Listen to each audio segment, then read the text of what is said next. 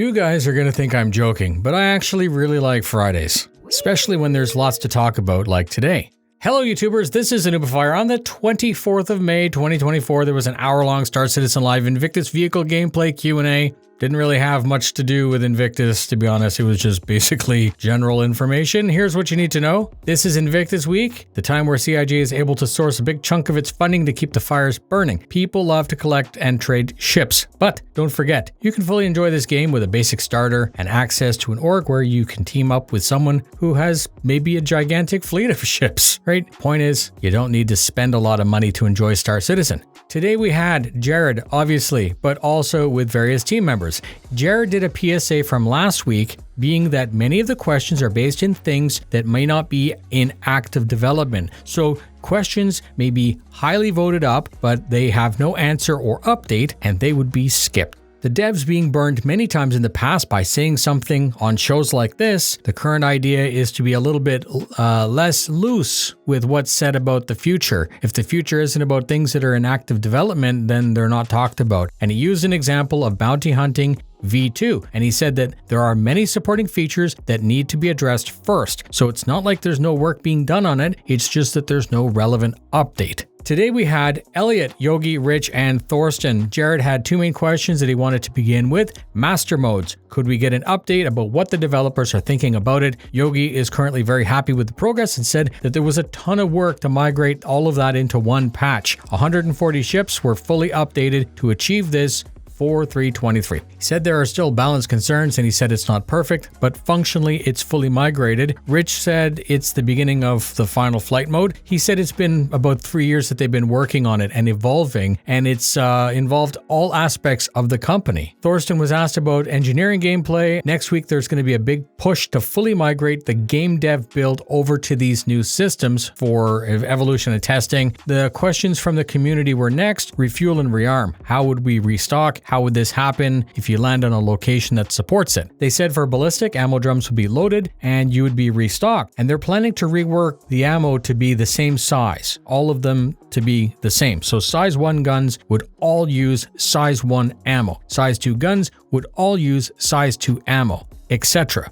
Reloading missiles is done with the tractor gameplay, and we already have this with the pluck and pull stuff, but apparently there are some missile trolleys that the player might be able to use to bring the resupply closer so that they can rearm more like you would see on an aircraft carrier. Hopefully it's not tedious. Jared mentioned that there will be a 323 Alpha patch that'll rebalance the tally with larger guns, and the new Firebird thing is going to get changes to its missile complement. They're evolving how the final fuel refueling gameplay is balanced and how it functions. Feedback is being requested from the community. Look out for a post in Spectrum. Mining missions and resource gathering tier 1 is planned. A mission request may originate from a mining outpost, and you would need to complete the mission to get paid. You can either steal the resources from someone else and deliver them, or mine them and deliver them to satisfy the mission. They said they want to add missions that migrate from mining to salvage and others that might involve a bounty scavenger hunt, but there's no date and that wasn't actually being worked on. It was just like theoretical. Power plants will eventually all burn fuel and will eventually all run out, including bases, outposts, and even crashed ships. Jared asked Yogi if balance was even possible, and he said, of course, it's a big job, but it is possible. Data is being generated by the players playing, and adjustments are being made constantly. They spoke a little bit about updates to distortion weapons, and in passing, they mentioned a hand tool that will also add this for dismounted gameplay. Thorsten said there will be some big changes in 4.0 soft death and how it behaves. When your hit pool hits 0, the scenario will play out differently than just a big explosion, right? There's no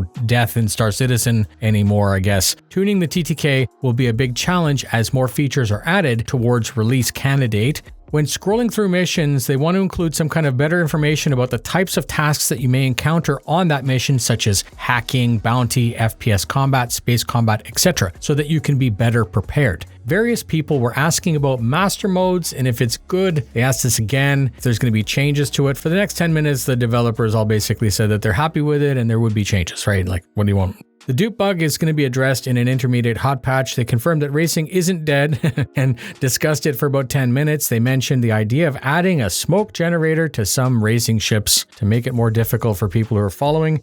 I don't know. They spoke about balancing racing ships who have a lot of guns to avoid kind of meta exploits. They're toying with the idea of a stopwatch built into the HUD for racing. They're toying with the idea of racing operator mode missions. And then Jared asked why the tonks currently suck, and Rich said that they're working on some fixes to the back end, and this was not able to be addressed before 323. The tonk will finally handle like a better tonk again the next time there's a hot patch. Other land vehicles are in a similar situation with bug fix pending. They then spoke about some other stuff near the end. NSTR, nothing significant to report. That's it. Thank you very much for spending your time with me. Fly safe, and I'll see you in the verse.